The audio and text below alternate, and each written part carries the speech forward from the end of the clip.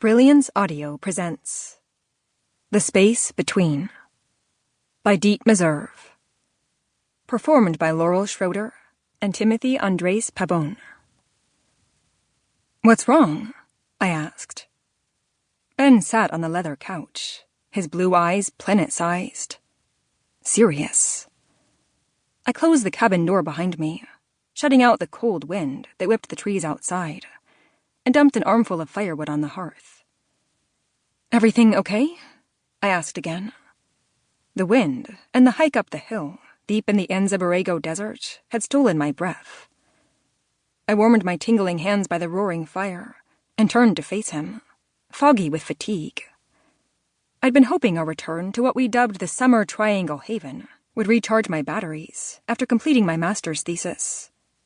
But on the drive up, and ever since we'd arrived, Ben seemed lost in thought. After 2 years together, was he having second thoughts about us? "Sarah, there's something I want to talk about." His voice was thick and low.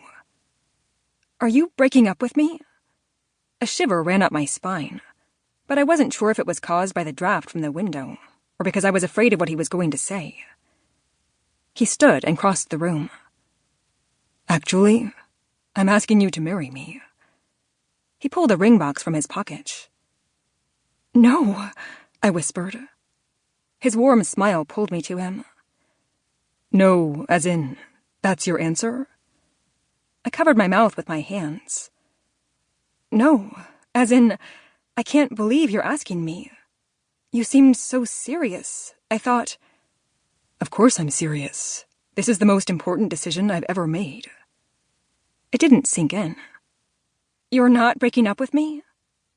"I hope this is the beginning of our life together." He opened the box, displaying a ring with 2 diamonds encased in a golden infinity symbol. "Sarah Elizabeth, will you marry me?" My breath hitched. I gazed at the ring, and then at him, then back at the ring. "This is the part where you say yes," he whispered. "I can't." He blinked, as though he wasn't sure he heard me. "You can't say yes?" "How can I? I'm about to start my PhD at Caltech in a few months. Are you asking now because you don't want me to move to LA? He took my hands in his. "I'm asking because I can't imagine living my life without you." "I'd be a terrible wife. I can't cook. I can't—" "I don't want a cook. I want you." "I would never be home. I'd be—" "I don't care if you have to spend every waking moment peering through a telescope or writing important papers about the comparative albedo of asteroids." I smiled through my tears. "Albedo? You're actually throwing out astronomy terms like albedo at a time like this?" "When I'm your husband, I have a feeling I'll be talking a lot about albedo and infrared and quasars and—" I looked into his deep blue eyes, framed by wavy brown hair, and the words rushed out. "Would you ask me again?" He was silent for a long moment. Then he cupped my face in his hands and gently pressed his lips to mine. "Will you marry me?" "Yes," I answered. Then he slipped the ring on my finger. A day later, the ring disappeared.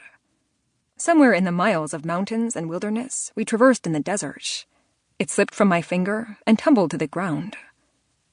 We scoured every inch of where we'd been, scaling ridges and climbing boulders, squeezing through stands of prickly cholla, and searching in wide stretches of pale yellow desert dandelion, wondering at first if the ring's disappearance was a sign we shouldn't get married. But as twilight fell, and we stood beneath a vault of glittering stars deep in the desert, our worries fell away, and we started our lives together.